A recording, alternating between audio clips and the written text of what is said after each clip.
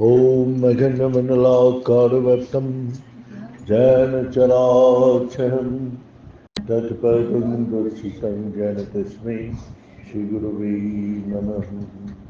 गुरुर्ब्रह्मा गुरुर्विष्णु गुरुदेव महेश्वरो गुरुसाक्षात् परं ब्रह्म तस्मै श्रीगुरुवे नमः। ओम ब्रह्ममयी महादेवी ज्ञानभक्तिप्रदायिनी नमस्तुभ्यं योगविद्यायै वेदधर्मप्रचारिणी। ओम सृष्टिस्थितिविनाशानां सत्यभूते सनातनी विनाश्यै गुणमयी नारायणी नमोस्तुते। नारायण हरि ओम नारायण हरि ओम शिव शिव ओम हर हर ओम शिव शिव ओम हर हर ओम नारायण हरि ओम नारायण हरि ओम। परमात्मा अंतर्यामी परमात्मा अंतर्यामी परमात्मा अंतर्यामी परमात्मा अंतर्यामी नारायण हरि ओम नारायण हरि ओम शिव शिव ओम हर हर ओम शिव शिव ओम हर हर ओम नारायण हरि ओम नारायण हरि ओम नारायण हरि ओम।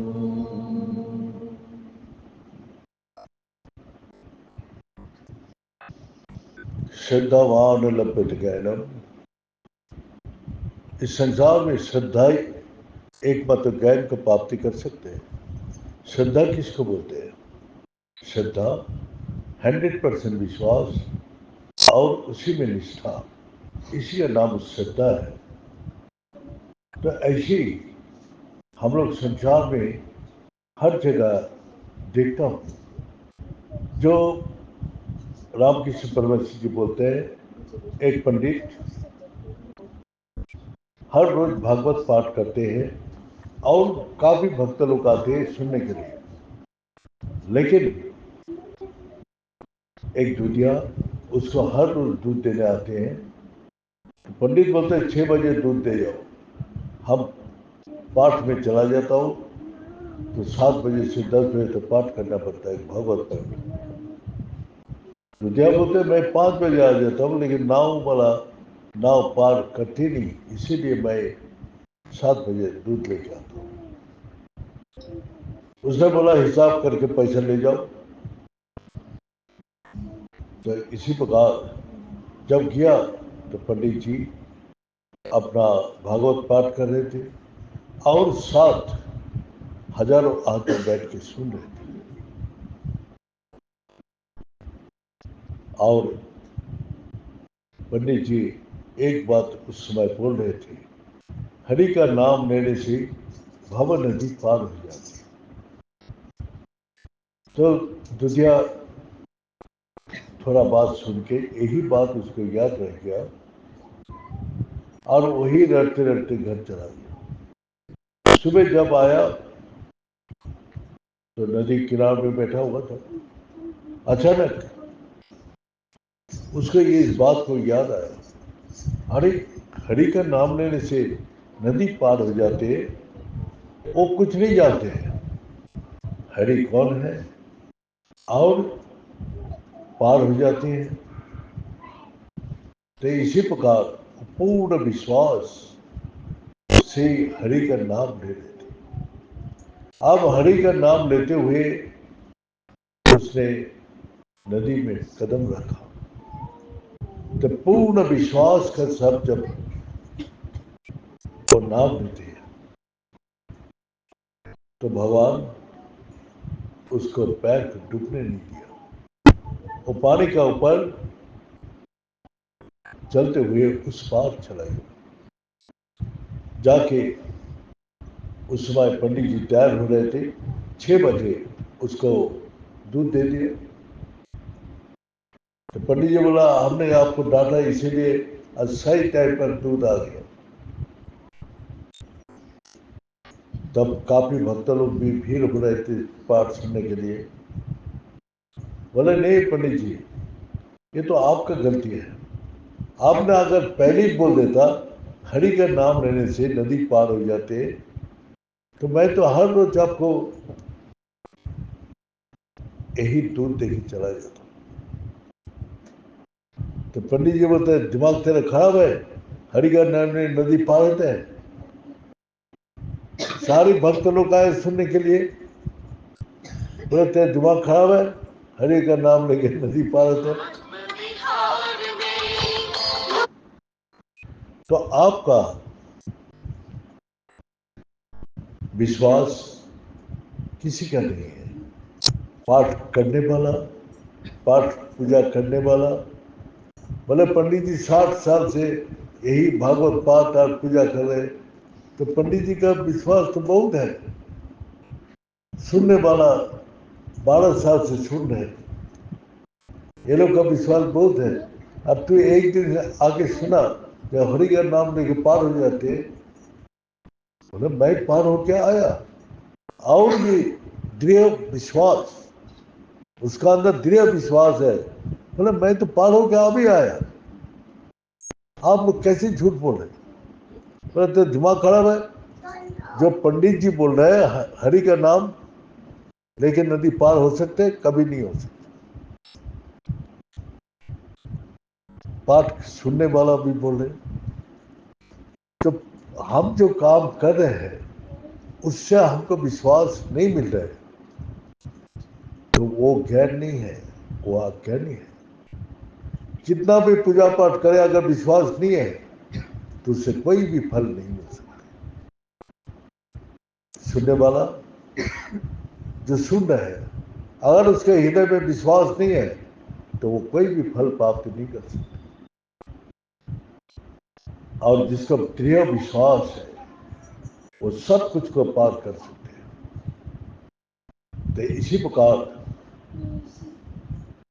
पंडित जी बोला ठीक है, भक्त लोग बोला तू पार हो गया है तो पार हो दिखा, उसे तो विश्वास उसका पूर्ण है, वो अपना हरि के नाम लेते हुए ग्वाला पार हो गया। पंडित जी को बोला, पंडित जी आप 60 साल से पाठ कर रहे हैं, तो आप तो पार लगाइए। अब पंडित जी का तो विश्वास है नहीं। अब पंडित जी पानी में पैर रख रहे, धोती गीला ना हो जाए इसलिए उठा रहे, और धीरे धीरे नीचे उठते और डूब गया। अविश्वास डुबा देते, कोई कर्म का फल उसका प्राप्ति कर ही नहीं सकते। सुनने वाला को अगर विश्वास नहीं है तो सुन के कोई फायदा नहीं है, जो करने वाला को अगर विश्वास नहीं है तो वो भी कोई फायदा नहीं है। जिसका विश्वास है वो पार हो जाएगा, असंभव से संभव कर सकते हैं। तो इसीलिए हम लोग का विश्वास ही सबसे बड़ा बल है। इसी प्रकार एक भागवत पाठ करने वाला पंडित अपना भगवान का मूर्ति है, तो वो गोपाल का पूजा अर्चना भोग, तो वो कहीं पाठ करने जा रहे थे, तो जब पाठ करने जा रहे थे तो वहां 7 दिन बाद वापस आएगा, अब कौन भोग लगाएगा भगवान का? तो बोला बेटा को, बोला देख बेटा, 8 साल का बेटा था, आंगन में खेल रहे, उसके पिताजी बोल के तेरा मम्मी सब कुछ कर देगा, तू गोपाल के सामने जाके गोपाल को भोग लगाना, उसको खिलाना, फिर खाना। मैं बोल के चला गया। अब बोल के जब चला गया तो वही बालक है। अब गोपाल का सामने जाके जो मूर्ति देखा वो भी बालक का मूर्ति है। उसने गोपाल का थाली ला के बैठा है, खा ले गोपाल, खा ले गोपाल। वो देखा मेरा से छोटा है ये, अरे तू खा रहे नहीं, उसको डांटना फटना, अभी तेरे को पिटाई करूंगा, अभी तेरे को ये करूंगा। माने उसका विश्वास कितना है, वो भगवान को ये नहीं सोचते ये पीतल का मूर्ति है, ये पत्थर का मूर्ति है, ये नहीं सोच रहा है। उसका अंदर विश्वास है, वो निकलेगा और खाएगा। जब उसको कितना कुछ बोलने के बाद फिर जब नहीं आया तो वो, गोपाल अब खा लो, मेरा भी भूख लग गया। जब रोने लगा तो भगवान उसके विश्वास देख के आना ही पड़ा। और जब आया तो सारा मंदिर में दिव्य प्रकाश हो गया, दिव्य खुशबू से उस मंदिर सुगंधित हो गया। उसका आने से सारी इतना इस वेद पाठ हो रहे, भगवान का भजन हो रहे, स्तुति हो रहे, और कितना प्रकार वाद्य बज रहे, इतना मधुर जो मनोरम स्थिति में भगवान प्रकट हुआ। जब प्रकट हुआ थाली में आके बैठा तो वो लड़का ये नहीं सोचा, बोले गोपाल जी आप लेट कर दिया जाने में, जल्दी जल्दी आके खा लेना कल से, और लेट नहीं करना। वो सोचा ऐसे ही नॉर्मली आते हैं और खा के चला जाते हैं। उसको ये विश्वास नहीं है जो भगवान आते नहीं, बाबा पिताजी बता के गया जो खाना भगवान को खिला के खाना, तो उसने खिला दिया भगवान। तो उसको मम्मी पूछा आधा खा गया, बोले गोपाल जी खा गया। उसका मम्मी सोचे चलो बच्चा है खा लिया होगा, भूख लगा। तो वही खा के 8-7 दिन बाद उसके पिताजी आया, और पिताजी आके बोला क्या पूजा किया, क्या अनाचार किया बालक ना। तो वो अपना धो धा के बहुत स्तुति पूजा करके उसको भोग लगाया। भोग लगा के वो अपना भगवान से क्षमा मांगा, ये प्रभु हमारा बालक क्या क्या किया। तो इसी प्रकार उसने जब भोग लगा के उसके पिताजी बाहर निकला तो उसको लड़का आंगन में खेल रहे थे, बोले पिताजी आज तो भगवान नहीं है, भगवान तो भोग लगाने नहीं आए। बोले क्या बोलते बेटा? बोला हाँ आज आया नहीं। बोले तू कैसे बोलते हैं, ऐसे ही तो हम हर रोज भोग लगाते हैं। बोले नहीं भगवान नहीं आया। तो उसके पिताजी के मन में थोड़ा शंका हुआ, उसने बोला बेटा तू लगा।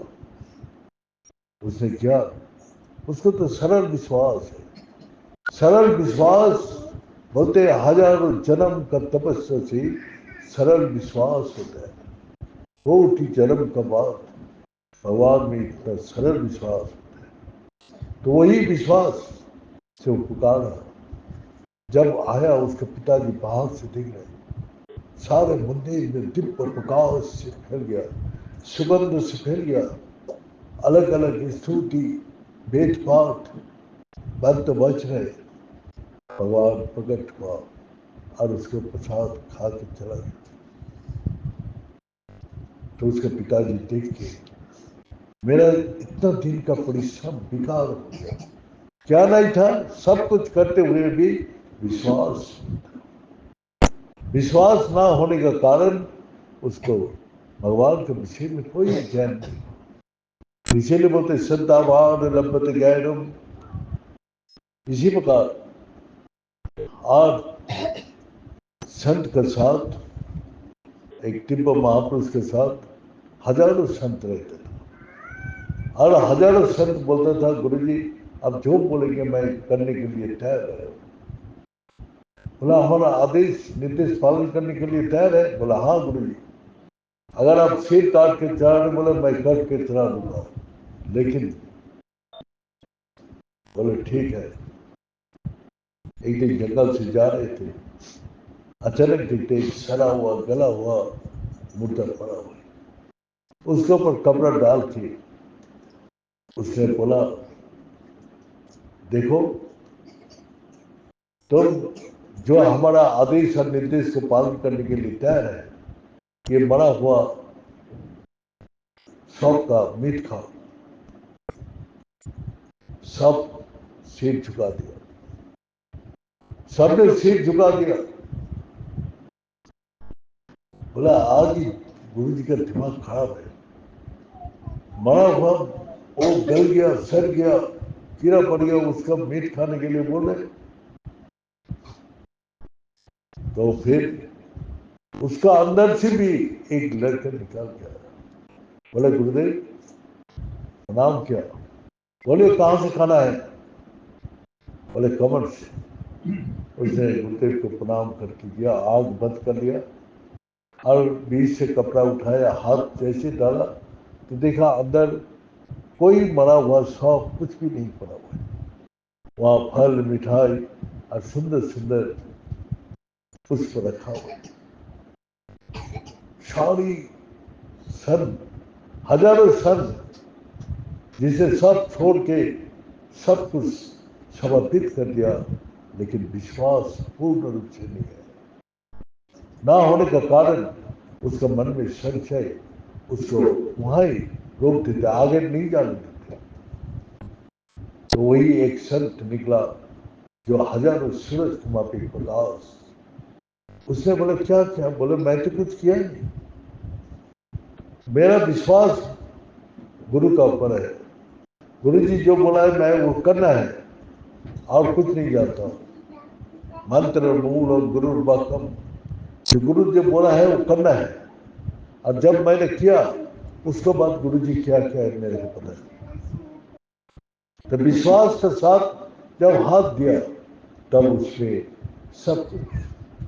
तब गुरुदेव बोला ऐसी पूर्ण विश्वास जो करते हैं उसका अंदर अष्ट सिद्धि नवनीति उसका अपना आप ही आ जाते, उसका अलग से जरूरत नहीं है। तो इसी प्रकार हम लोग का विश्वास ही धर्म मूल है। विश्वास ही धर्म का मूल है। जो विश्वास करके अपना कर्म करेगा उसका फल निश्चय में दुर्बल चित्त वाला नहीं, जो दृढ़।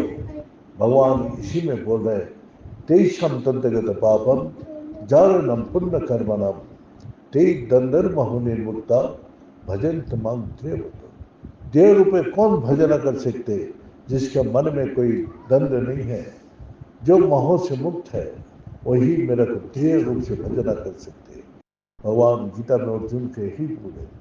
जो इसी प्रकार आज मैं गुरु जी के पास गया था, गुरु जी जो बोला मैं उसको पूर्ण विश्वास के साथ निष्ठापूर्वक किया और जो किया तो उसका पूर्ण रूप से आपको सब कुछ का अनुभूति हुआ। और अनुभूति होने के बाद जब गुरु जी देहो त्याग दिया तो मेरा पास काफी भक्त लोग किया, जिसको मैं जो बोला वो विश्वास से जो किया है सबको हो गया। अभी आज 2 दिन बाद एक लड़का हमारे पास गया था, उसका 2 बार बच्चा नष्ट हो गया। वो लोग चिंतित और भयभीत था, लेकिन हमने बोला कि तुम अगर विश्वास है, भगवान में विश्वास है, मेरा वचन में विश्वास है, तो इस मंत्र इस उपाय को करो, तुम्हारा जरूर तुम्हारा संतान लाभ होगा। और वो निश्चय करके किया तो काल ही इसको खबर आया। क्या खबर आया? जो हमारा बच्चा हो गया। हाँ? हम तो भगवान का ये देख रहे महिमा, लेकिन जिसका हृदय में विश्वास नहीं है वो कुछ भी प्राप्त नहीं कर सकते। इस संसार में वो भटकता रहेगा। धन संपत्ति मान प्रतिष्ठा जस ख्याति में उसको कभी भी शांति सुख नहीं देते। भगवान का थोड़ा सा भक्ति में जब दृढ़ विश्वास आते हैं तो दृढ़ विश्वास उसको इतना बल इतना ताकत देते हैं, सब दुख कष्ट को मिटा के और शांति चेनावती गच्छति, हमेशा के लिए शांति सुख प्राप्त करते हैं। तो आप लोग का विश्वास दुर्बल है कि नहीं है? अब दंड में भूग रहे हैं, अब दंड को हटाना चाहिए। विश्वास रखो। जो बोल रहे हैं हमारा शास्त्र महापुरुष, जो गुरुदेव जो बोल रहे हैं उसका निश्चय आत्मिक मन से करो। जो पूर्ण विश्वास और निष्ठा पूर्वक करो। अगर एक ही बेलपत्र देना है तो वो भी विश्वास और निष्ठा से दो। हजारों बेलपत्र चढ़ा के कोई भी फायदा नहीं मिलेगा, लेकिन एक ही बेलपत्र अगर विश्वास से देगा तो उसको पूर्ण रूप से शक्ति पूर्ण रूप से प्राप्त होगा। इसीलिए मन में भगवान के दरबार में छल कपट कुछ भी नहीं है। यहाँ वो हृदय में देखते हैं कि निर्मल पवित्र है कि नहीं। हम लोग को सुंदर सुंदर कपड़ा गहना ये सब नहीं देखते। भगवान देखते हैं किसका हृदय में निर्मल पवित्र है, उसी हृदय में भगवान प्रकट होता है। एवं सुंदर कपड़ा और अलंकार से प्रकट नहीं होते। जिसके स्वभाव सुंदर है, जिसका हृदय में पूर्ण विश्वास है, जिसमें निष्ठा है, जिसमें कोई मलिनता नहीं है, कोई कपटता नहीं है, कोई छल कपट नहीं है, उस हृदय में भगवान सदा निवास करते हैं। ये बोल के विश्वास जैसा सबको मन में आए और जो भी काम करे विश्वास से करे, तब फिर आप फल आपको मिलेगा ही मिलेगा। ये बोल के आज समाप्त करता हूँ। ओम पूर्णमद पूर्णमिदं पूर्णात् पूर्णमुदच्यते पूर्णस्य पूर्णमादाय पूर्णमेवावशिष्यते। ओम